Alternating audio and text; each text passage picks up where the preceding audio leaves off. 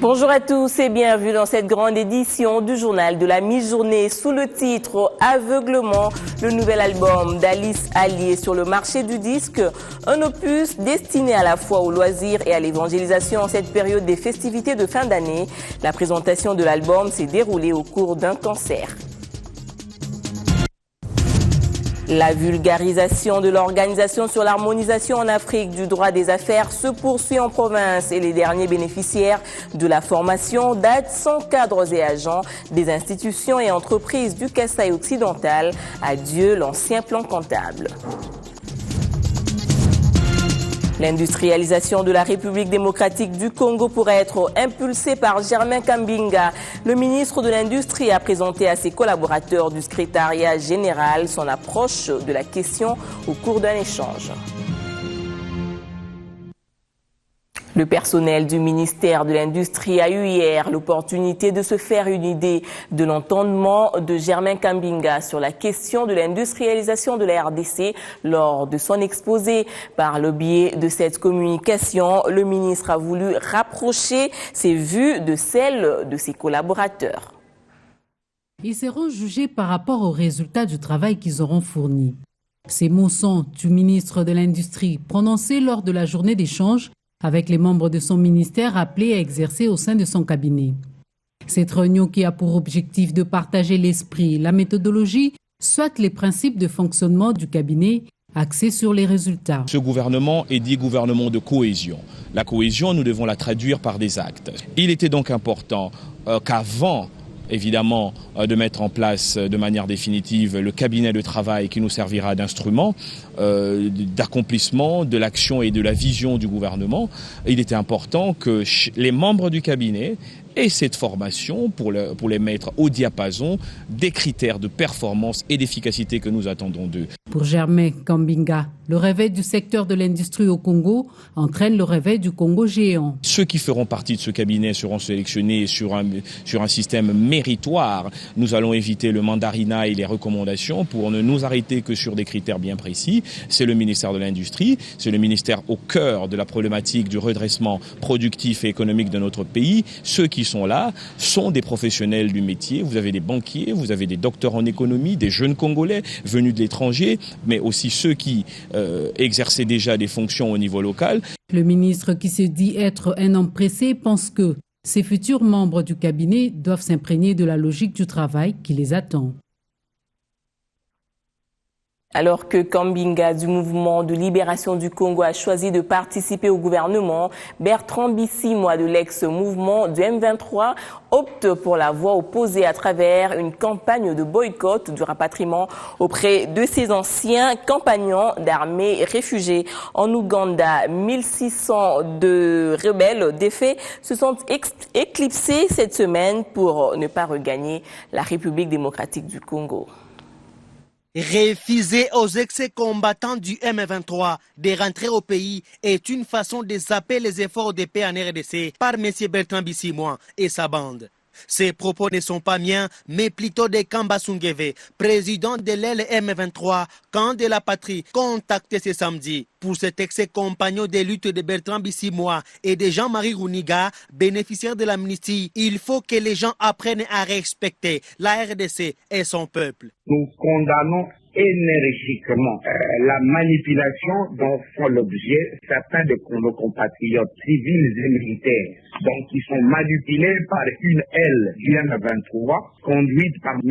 Bertrand Bisimwa. Nous sommes en train de dénoncer de manière la plus formelle donc les tentatives de sabotage du processus de paix initié par la communauté internationale, l'Union africaine, le médiateur, le président ougandais Yoweri Kaguta Museveni et le président de la République démocratique du Congo, son Excellence Joseph Kabila Kabange. Toutes les batteries sont désormais mises en marche pour que nous puissions déjouer ce énième sabotage du processus de paix. De son côté, Maître Fataki Louendi, président du Baraza Lawazé, une plateforme intercommunautaire, pense que les éléments qui ont fui lors du lancement à Kampala de la première phase de rapatriement des ex-combattants du M23 en RDC continuent à être hostiles au retour de la paix au pays, d'où le gouvernement doit être vigilant. S'ils ont fui et qu'ils ne veulent parvenir par les voies légales, qu'est-ce que cela préjuge? C'est-à-dire, ça cache encore une rébellion, ça cache encore des troubles, ça cache encore des angoisses que ça va créer ici dans la population. Et bien de ce côté-là, nous demandons alors que le gouvernement renforce de nouveau la surveillance. Notons que selon des informations en provenance de l'Ouganda, ces 1600 combattants qui ont refusé d'être rapatriés en RDC ont commencé à rentrer à leur lieu de cantonnement. Les objectifs assignés dans le plan du 4e programme de coopération entre la RDC et le Fonds des Nations Unies pour la population ont été revisités par les deux parties pendant la revue annuelle qui s'est achevée hier. D'autres partenaires ont aussi pris part aux assises. Clôture de la revue annuelle du 4e programme de coopération RDC-UNFPA. Pendant 3 jours, le Fonds des Nations Unies pour la population a échangé avec ses partenaires sur les réalisations du plan de travail annuel 2014. Cette revue a permis à chacune des parties de s'engager pour l'amélioration de l'application du plan du programme. Aujourd'hui, pendant 3 jours, nous nous sommes retrouvés pour faire les bilans de l'exercice 2014, pour voir ce que nous avons réalisé ensemble, quelles ont été les faiblesses, quels ont été les points forts et quelles sont les mesures correctrices que nous pouvons prendre pour corriger la mise en œuvre du programme pour l'année prochaine. Ensemble, ils ont relevé quelques contraintes d'ordre financier et administratif qui constituent un handicap pour l'amélioration de leur partenariat. On a énormément de progrès par rapport à ce que nous avons ciblé au début de l'année, même s'il y a encore beaucoup de choses à faire. Je pense que c'était très encourageant pour moi d'assister à ce type d'échange avec tous les partenaires. Il y a des contraintes, des recommandations pour améliorer notre partenariat et puis en termes de faciliter la mise en œuvre du programme un peu plus en 2015. Mais je pense que nous avons plutôt eu une bonne impression, orientation très positive. L'UNFPA promet d'élaborer une revue à mi-parcours du programme dès l'année prochaine pour une évaluation concrète en termes de leur réalisation. Gouvernance des stratégies, des renforcements de capacités et d'amélioration des performances sur l'organisation, sur l'harmonisation en Afrique du droit des affaires ont été transmises à 120 cadres et agents de différentes entreprises et institutions du Kasaï occidental à la faveur d'une formation qui leur a été dispensée. Ayant dans ses attributions la charge de former et d'informer la population congolaise sur le droit au OHADA en application effective en RDC depuis le 12 septembre dernier, la Commission nationale au OHADA ne s'arrête pas qu'à Kinshasa pour honorer ses engagements. Pour preuve, les professionnels du droit de Chikapa, tout comme ceux de l'ODJA, ont suivi des formations de renforcement des capacités et d'amélioration de performance sur le droit au OHADA. Quand je parlais de matière qui échappe maintenant à la Cour suprême de justice, qui parle de droit des affaires au second degré, quand la Cour d'appel rend ses arrêts dans cette matière-là, celui qui veut se pourvoir s'adresse à la CCJ, pas à la Cour suprême. Sinon, la Cour suprême va se déclarer incompétente de statuer. Pour ces deux villes, plus de 120 personnes ont été formées sur le droit au OHADA. La Commission nationale au OHADA promet de continuer dans la même perspective dans tous les coins et recoins du pays. Téléphonie cellulaire Mate 7 est la dénomination de la nouvelle marque smartphone et tablette de l'opérateur Huawei qui vient de la présenter à la clientèle congolaise. Il s'agit d'une innovation technologique de taille. C'est dans une convivialité bon enfant que différentes personnalités et invités de marque en VIP ont rehaussé de leur présence la présentation officielle du nouveau smartphone de Huawei Technologies RDC appelé Huawei Accent Mate 7.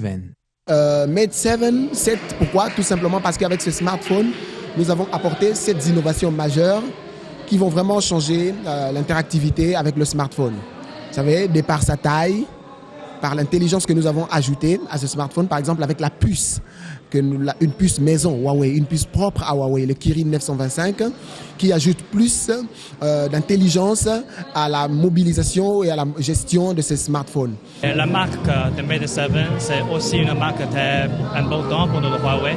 C'est aussi le symbole de notre Huawei installé non seulement ici en Afrique, mais aussi on doit commencer pour améliorer notre capacité dans notre produit de téléphone. Mate 7 est un smartphone et une tablette combinés avec un design très adapté, une coque métallique ultra fine de 7,9 mm pour un style et un confort d'utilisation unique et un grand écran Full HD de 6 pouces, un processeur octa-core avec un réseau 4G+ ultra rapide avec une facilité d'utilisation sans limite avec 2 cartes SIM. L'utilisation de téléphone en ce moment est diversifiée. Ce n'est plus seulement pour les appels ni pour les SMS, mais c'est aussi pour beaucoup plus d'utilisation. C'est pourquoi avec le Mate 7, nous avons agrandi l'écran qui occupe 83% l'occupation de l'appareil par rapport aux autres smartphones qui ont la même taille. Donc la grandeur de l'écran est une grande innovation parce que nous savons que les téléphones ne sont plus utilisés seulement pour les appels ni des SMS, mais pour beaucoup plus de choses. La seule faiblesse de ces téléphones, c'est qu'il est trop beau, trop bon. Ça veut dire que moi-même, en tant que directeur général de Huawei RDC, pour avoir ce téléphone, j'ai dû demander à un ami en Chine de me l'envoyer, mais il a fait dans la queue 3 heures pour l'avoir. Dans le site Alibaba, le prix a même été augmenté de 30% juste pour que les gens l'achètent et il est en rupture de stock. Internet selling in Alibaba que Taobao.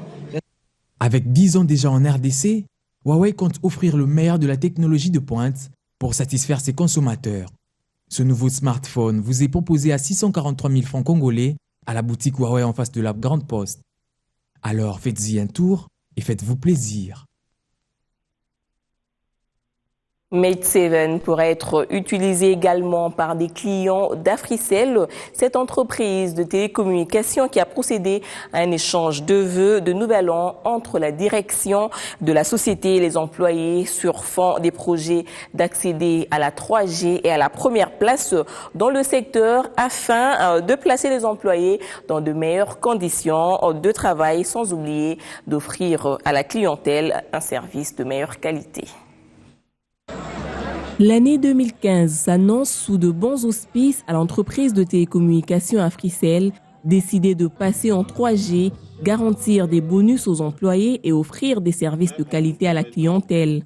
Étant donné le contexte concurrentiel dans lequel évolue cette entreprise, elle promet de se battre pour devenir le numéro 1 de la téléphonie cellulaire en RDC. 2015, l'objectif, c'est de prendre la première place, c'est comme ça que nous avons dit à notre personnel un bonus spécial quand nous aurons arraché la première place sur le plan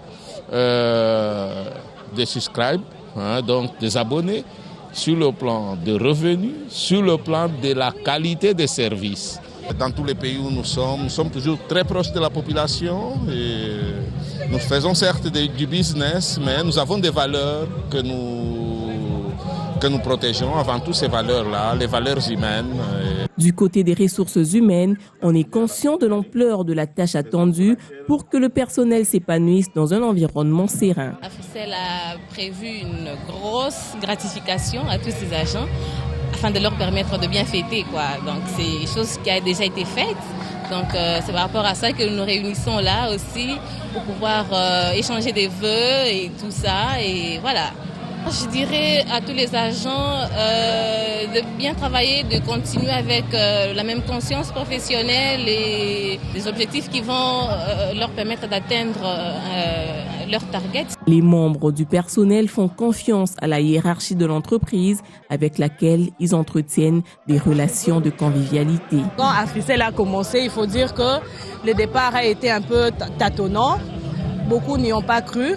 Mais nous, en tant qu'employés, nous sommes encore jusqu'à aujourd'hui. Et les relations sont très, très, très bonnes avec les expatriés, comme on dit les Libanais. Contrairement à ce que tout le monde raconte sur eux et tout. En tout cas, j'ai un avis contraire. On est ensemble et on ne se plaint pas. Tout ce que je souhaite pour cette entreprise, c'est le succès. En tout cas, l'interconnexion, si ça doit passer encore là. 2 semaines avant la fin de l'année 2014, on a eu déjà procédé à l'échange des vœux dans une ambiance festive dans laquelle chacun a trouvé son compte. Paysage médiatique en République démocratique du Congo, un nouveau magazine religieux a été lancé par Martine Kodangba dans la panoplie de son Greatest Agency, un journal qui se veut chrétien. C'est un nouveau-né dans la presse congolaise en général et quinoise en particulier. Rien que les exploits est un magazine socio-religieux qui se basera particulièrement sur les exploits des hommes et femmes des dieux. Nous voulons que les gens nous connaissent. Nous voulons que les gens nous fassent confiance. Nous sommes là pour travailler pour notre pays. Nous avons des émissions, nous avons des magazines, nous avons des documentaires que nous réalisons à partir de notre agence. Et aujourd'hui, en dehors de cette sortie officielle, nous avons souhaité présenter dans le monde entier, ou aux yeux du monde entier, notre magazine socio-chrétien intitulé « Rien que des exploits ». Ce nouveau magazine, qui a été présenté ce samedi 20 décembre devant quelques religieux et pasteurs de l'église Corps du Christ, est une branche des Greatest Agency. De quoi faire la satisfaction des enfants des dieux. On est vraiment flattés ainsi que bénis pour ce grand magazine que nous soutenons et nous sommes vraiment ses faits partenaires parce que nous avons montré l'importance. C'est une nouvelle ère qui commence dans la presse de la RDC et de Kinshasa en particulier. Nous encourageons, nous ne pouvons que la féliciter, l'encourager et elle a le soutien de Dieu et des hommes et des femmes de Dieu. Que Dieu la bénisse. Aujourd'hui, nous avons un magasin chrétien qui pourra nous aider dans les corps du Christ pour parler de la part de Dieu, pour que les gens puissent lire ce que Dieu est en train de faire dans ce pays. Situé au local 88 de l'immeuble Beautour à Kinshasa-Gombe, Greatest Agency reste ouverte à toute suggestion et compte emmener un nouveau souffle dans la presse chrétienne. Vraiment. De la musique pour terminer avec le concert livré par Alice Ali à l'occasion de la présentation de son nouvel album intitulé Aveuglement. On a savouré de la belle mélodie et acheté en même temps l'opus. 2 actes lors de cette matinée. D'abord, la présentation de son nouvel album intitulé L'aveuglement des dieux. Ensuite, la vente de CD et DVD de celui-ci. Plusieurs orchestres invités à cette occasion ont agrémenté la salle avant que la sœur Alice Ali ne vienne électrifier l'auditoire avec des titres comme Libo Malanzambe tiré de son précédent album et La Victoire qu'on retrouve dans son nouvel album dont la vente des supports n'a coûté que 2500 francs congolais. Une opportunité bien maximisée par les fans accourus pour s'en procurer. Surprise agréable pour la sœur. C'est le public qui nous a accueillis et l'accueil a été vraiment chaleureux. Et je me dis, je ne dirais pas seulement que je suis très contente, mais je rends des actions de grâce à Dieu. Parce que le Seigneur, il nous a vraiment surpris. Oui, c'est vrai, la Bible ne cesse de le dire, qu'il n'est pas un homme pour mentir, ni un fils de l'homme pour se repentir. Quand il dit... Wow, que le monde veuille ou pas. Lui, il n'a même pas besoin de l'approbation, même de notre cœur, même de nos pensées. Mais le Seigneur, il s'est glorifié parce qu'il a été au rendez-vous. On a eu un temps d'adorer le Seigneur, on a eu un temps de louer le Seigneur et sa présence était au rendez-vous. Pour cette servante de l'Éternel, cet opus se veut une arche pour ceux qui l'accueilleront. Toute personne qui amènera l'arche de l'Éternel dans sa maison. Ça, ce n'est pas l'arche qui avait tué Uza. Ça, c'est l'arche qui avait béni. Et je sais que cet album bénira les élus de Dieu. Cette œuvre de dur labeur contient 12 titres, dont 3 vidéos, à un bonus comme cadeau pour les festivités.